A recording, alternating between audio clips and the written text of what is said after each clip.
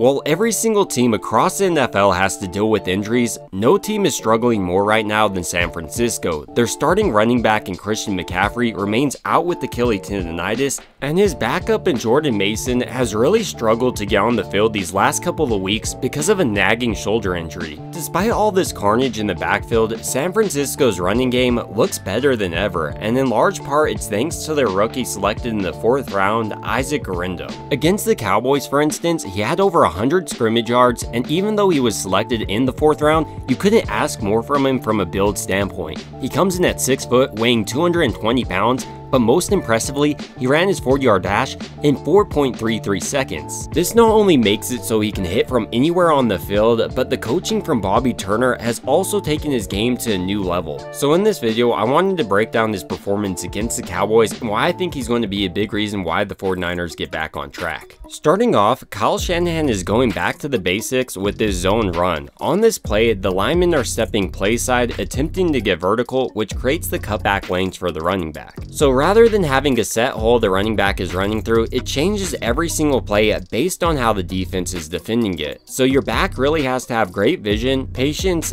and footwork.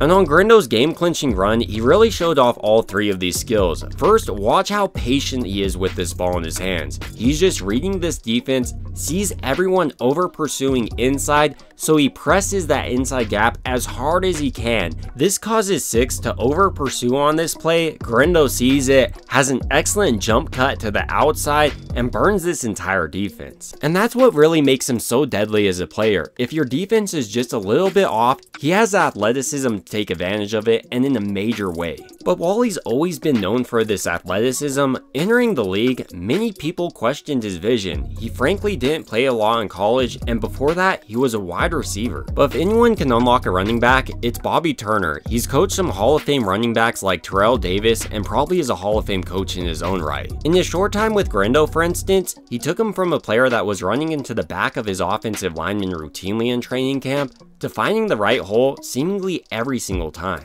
In the past on this split zone run, for instance, I really believe Guerendo would have either tried to bounce it outside or ran directly into number 6 on this hole forming to the outside.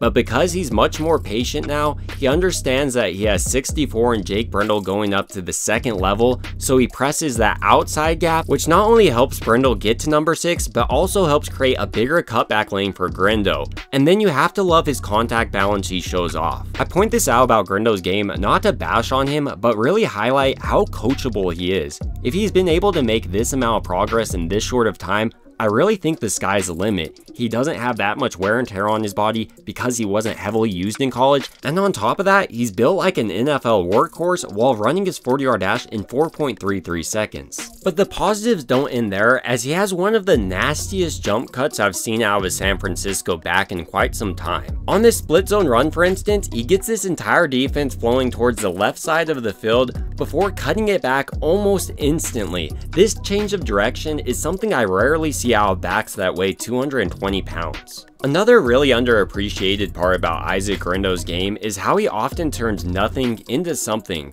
On these sweeps, for instance, there are routinely men in the backfield, but because he has excellent contact balance, he's able to break their tackles and pick up 4 on both these runs. And thanks to his background as a high school wide receiver, I think he can do a little bit more than a guy like Jordan Mason in the passing game. On this little small check down from Brock Purdy, for instance, he shows off insane body control, somehow bringing this thing in and then picking up a few more yards. So even when Christian McCaffrey and Jordan Mason come back from their injuries, I think Isaac Guerendo still needs to be rotated into the game. First, it's going to keep both of your first 2 running backs more healthy going forward, and it's also something the defense struggles to handle, as we saw in this most recent Cowboys game. But ultimately, these are just some of my thoughts about Isaac Guerendo's breakout game against the Cowboys, and I'd like to hear your thoughts about him as a player. Do you think that he's going to eventually become one of the better backs in the league, or do you think he'll just end up being another running back San Francisco drafted, and they end up fizzling out? I'd like to hear your thoughts down below.